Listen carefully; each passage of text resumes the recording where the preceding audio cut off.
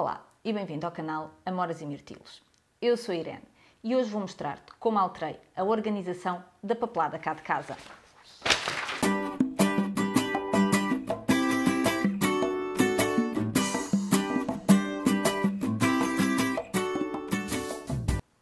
Sou minimamente arrumada e organizada, mas confesso que nunca consegui vencer a papelada que se vai acumulando sempre que vamos à caixa do correio. Apesar de já ter alguns dossiês destinados a determinados documentos, este ano, e nesta altura principalmente em que estamos a preparar, em que é a altura do IRS e que temos sempre papelada para arrumar e para arquivar, decidi que precisava de organizar melhor a papelada e criar mais pastas. E acho que desta vez vai resultar. Também tens esta luta e precisas de ideias para organizar os teus papéis e documentos? Vou mostrar-te como fiz. Escolhi um fim de semana sem grandes planos, o que não foi propriamente muito fácil. Depois escolhi o sítio da casa onde eu queria trabalhar, que neste caso foi a sala, e reuni toda a papelada que tinha espalhada pela casa aqui em cima da mesa.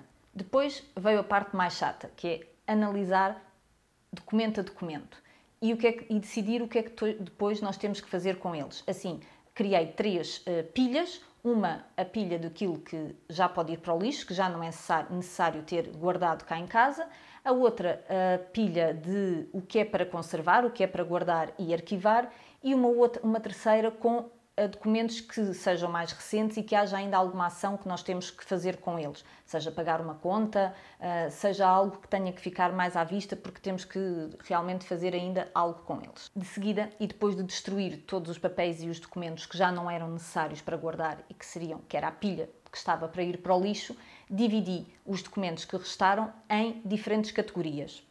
Além disso, fiz também uma divisão entre arquivo ativo e arquivo morto. Isto porquê? Porque há aquele arquivo, há aqueles documentos que nós necessitamos ainda de ter mais à mão e que são necessários eventualmente de consultar, mas depois há também aqueles documentos que são necessários guardar, mas que nós não precisamos de os ter mesmo ao pé de nós. E então o que eu fiz foi criar esse arquivo morto que depois vou guardar na arrecadação, porque ainda tenho lá um espacinho, numas estantes, ainda tenho lá um espacinho para colocar esse arquivo e então foi isso que eu fiz.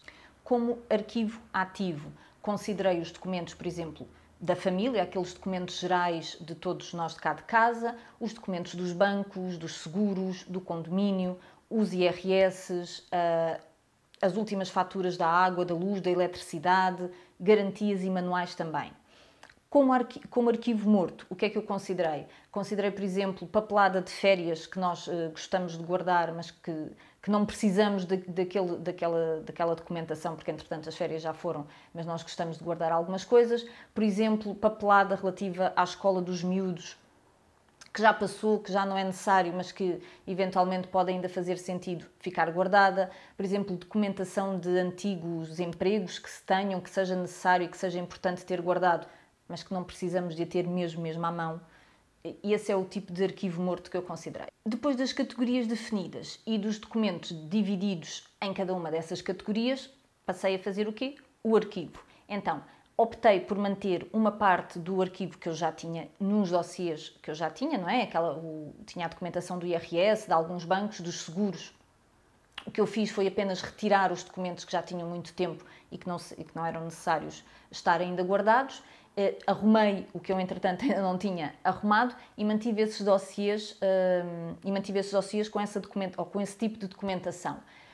Por outro lado, como, entretanto, criei novas categorias, comprei umas pastas para arquivar essas novas categorias. E o que é que eu tenho nessas novas categorias? Tenho os documentos gerais, tenho os manuais, criei também uma pasta com diplomas, porque muitas vezes nem sempre sabemos onde é que estão e acho que é importante estarem todos juntos e todos arquivados numa pasta. E então fiz assim o arquivamento de todos os documentos. Para que seja mais fácil perceber o que é que cada pasta e o que é que cada dossiê contém, etiquetei todos os dossiês, que eu antes tinha só escrito a lápis em cada dossiê o que é que cada um continha. Aproveitei umas etiquetas que eu já tinha aqui por casa e então etiquetei tanto os dossiês como as pastas e assim é mais fácil de saber o que é que cada uma contém. Algo que também é importante nós termos em mente quando nós estamos a arquivar e a organizar os documentos é o tempo que nós os temos de ter guardados. Sabias, por exemplo, que só precisas de guardar durante 6 meses as faturas da água, da luz e das telecomunicações? Se quiseres saber os restantes prazos dos outros tipos de documentos, podes consultar um artigo que eu fiz no blog exatamente sobre este assunto, em que tem lá todos os prazos. Eu deixo depois o link para o artigo, tanto na descrição do vídeo, como aqui em baixo em rodapé. Ora bem, depois de tudo arrumado, falta algo muito importante, que é como manter a papelada sob controle.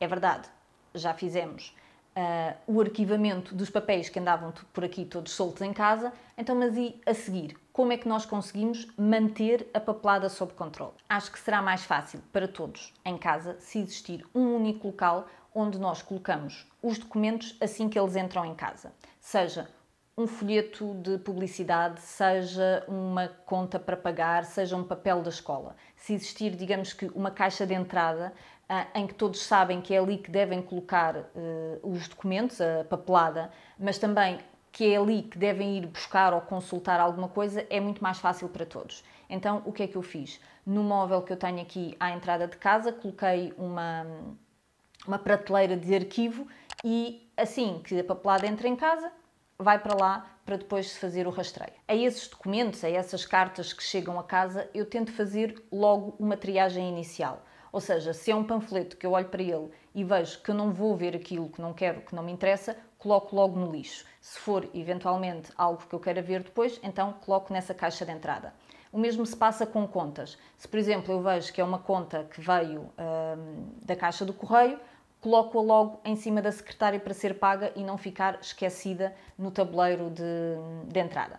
Acho que assim evito que se acumulem tantos papéis pela casa, não é? Mas também facilita o trabalho depois quando nós os formos arquivar. Com a triagem inicial feita, defini que só preciso de verificar a caixa de entrada, se lhe quiseres assim chamar, apenas uma vez por semana. Vou ver todas as semanas então o que é que há lá e o que é necessário fazer e passo logo a arquivar. Tens dicas para manter a papelada sob controle? Conta-me tudo nos comentários do vídeo. Espero que tenhas gostado do vídeo e se sim, não te esqueças, faz um like, deixa um comentário para eu saber a tua opinião. E se ainda não o fizeste, subscreve o canal e carrega na campainha para ativares todas as notificações e seres a primeira a saber quando sai um vídeo novo. Obrigada pela tua companhia e até à próxima. Beijinhos!